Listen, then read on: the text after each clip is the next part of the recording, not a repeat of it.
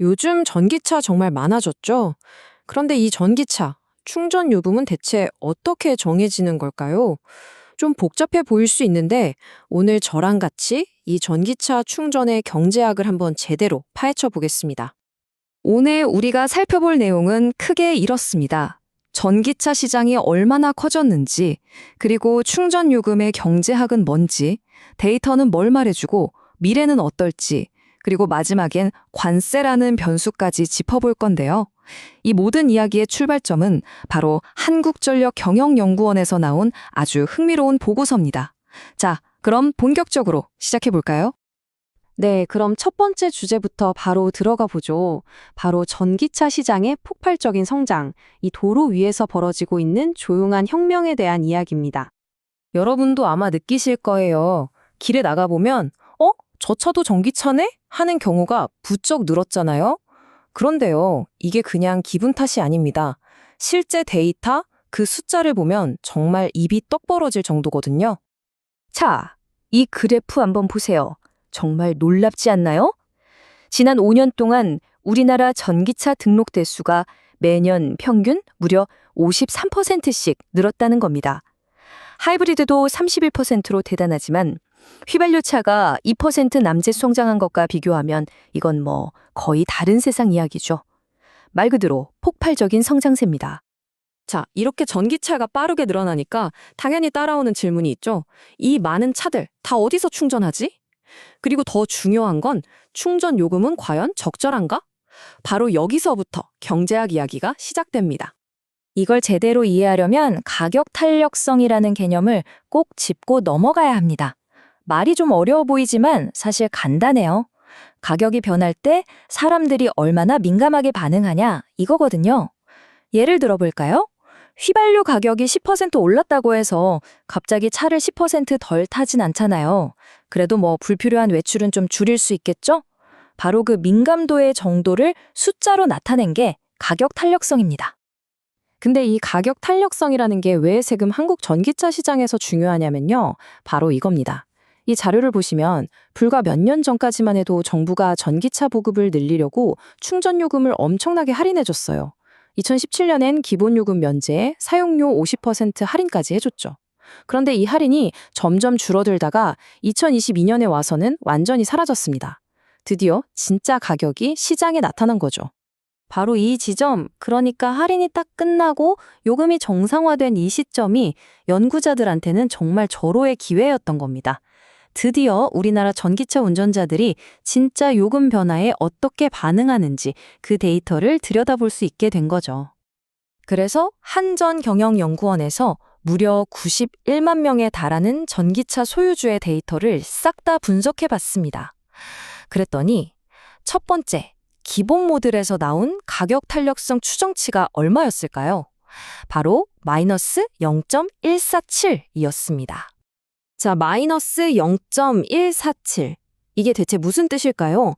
아주 쉽게 말해서 충전 요금이 10% 오르면 사람들은 충전하는 양을 약 1.47%, 그러니까 한 1.5% 정도 줄인다는 의미입니다. 그런데 연구진들은 여기서 멈추지 않고 좀 더 정교한 분석을 시도했습니다. 예를 들면 휴일이라든지 사람들이 몰리는 시간대 같은 변수들까지 다 고려한 거죠. 그랬더니 이 탄력성 수치가 조금 더 높게 나왔습니다. 바로 마이너스 0.260이었죠. 이건 무슨 뜻이냐면 아까보다 반응이 좀 더 커졌다는 거죠.